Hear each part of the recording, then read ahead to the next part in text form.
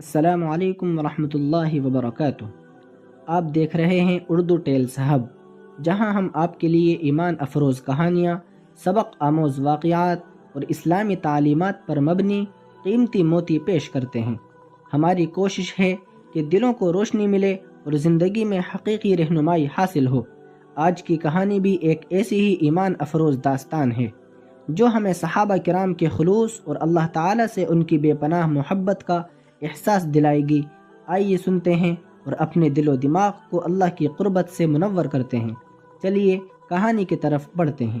ایک صحابی رضی اللہ عنہ بکریاں چراتے تھے۔ جب کبھی مدینہ طیبہ واپس آتے تو آ کر کے صحابہ سے پوچھتے کہ قرآن پاک کی کون سی نئی آیات اتری ہیں، یا نبی کریم صلی اللہ علیہ وسلم نے کوئی خاص بات ارشاد فرمائی ہو تو ان کو بتا دیا جاتا۔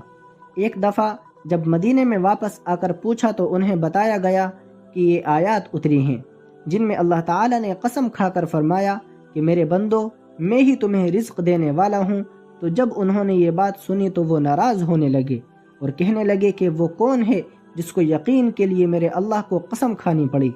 تو آپ اندازہ لگائیں کہ صحابہ کرام رضوان اللہ علیہم اجمعین میں کتنا زیادہ خلوص تھا کہ اللہ تعالیٰ کے قسم کھانے پر بھی وہ سوچ رہے ہیں کہ اللہ کو کس کے لیے قسم کھانے کی ضرورت ہے۔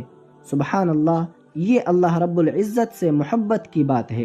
تو ایک شاعر اس واقعے کو اس طرح بیان کرتا ہے: تیرے عشق کی انتہا چاہتا ہوں، میری سادگی تو دیکھ کیا چاہتا ہوں۔